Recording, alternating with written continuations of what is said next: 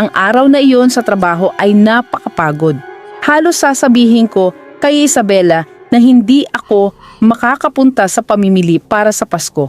Ngunit alam kong abang-abang siya dito. Nagkita kami sa downtown. Siya ay nasa napakasayang kalooban. Tinulungan niya akong kalimutan ang tungkol sa trabaho. Sa pagitan ng mga tindahan, dinala ako ni Isabela sa isang parke malapit sa ilog. Buong lugar ay may ilaw. Naalala ko kung gaano siya kaganda sa gitna ng mga kumikislap na ilaw. Nang matapos kami mamili, tumawag siya ng Uber para dalhin kami pauwi. Hindi nagtagal sa biyahe, napansin kong kakaiba ang kilos ng driver. Tiningnan niya kami sa salamin ng sasakyan nang hindi bababa sa 10 beses. Sumandal si Isabela at hinalikan ako. "Masaya kayong dalawa tingnan," ang sabi ng driver. "Lagi kong iniisip na karapat dapat ka sa mas mahusay, Isabela." Tiningnan ko ang aking asawa. Umaasa na maiintindihan niya kung ano ang tinutukoy nito. Napaputla ang kanyang mukha. "Ikaw ba iyon, James?" Napatigil ako. Si James ang lalaking dating nanghaharas sa kanya. Nakakuha siya ng restraining order laban dito. "Paumanhin na ganito ang wakas," ang sabi nito. Biglang umandar si James at binilis ang takbo ng sasakyan. Isinandal ang manibela papunta sa bangketa. Sumugod ako, ngunit naglabas si James ng baril mula sa kanyang jacket at pinutukan ako sa kanang balikat na nagpabagsak sa akin sa likuran ng upuan. Ang sasakyan ay bumilis at itinutok ni James ang sasakyan papunta sa ilog. Itinaas niya ang baril sa ilalim ng kanyang baba. "Mahal kita, Isabela," ang sabi niya.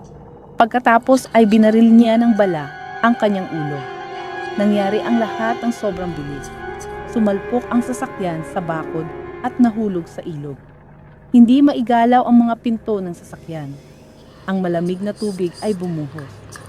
Lumingon si Isabela sa akin, ganap na takot sa kanyang mukha. "Ayaw kong mamatay. Huwag mo akong pabayaan mamatay."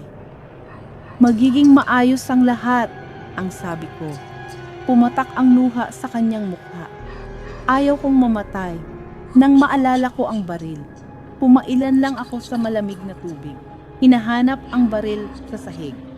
Nang matagpuan ko ito, binaril ko ang isang putok. Nagpabasag ng bintana sa likuran.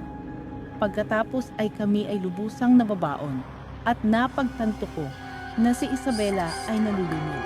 Sinubukan kong ipahiwatig sa kanya na lumangoy. Ngunit bago kami makalabas ay siya ay nanghina.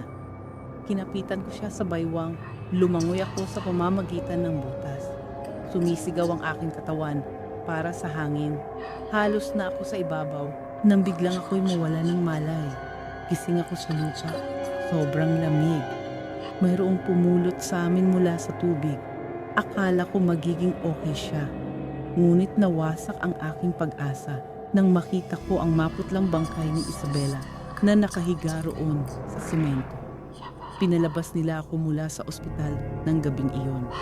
Sumakay ako sa huling tren pauwi sa aming apartment. Mayroong regalo sa kusina. Sa loob ng kahon, kasama ang ilang papel na tisyo, mayroong positibong resulta ng pagsusuri sa pagbubuntis at isang sulat. "Walang ibang nais kong makasama sa aking hinaharap kundi ikaw. Mahal kita, Isabela." Huwag kalimutang mag-subscribe sa channel ng ating kaibigan. Kung mahilig kayo sa mga nakakakilabot na kwento, siguradong magugustuhan nyo ang kanyang content. Mapapakinggan nyo ang mga pinakanakakatakot at nakakakilabot na horror stories. Kaya't mag-subscribe na at maghanda sa mga gabing puno ng kilabot at takot. Narito ang channel na pwede nyong puntahan para sa mga bagong horror stories. Ingat at huwag kalimutang manood ng may kasamang ilaw.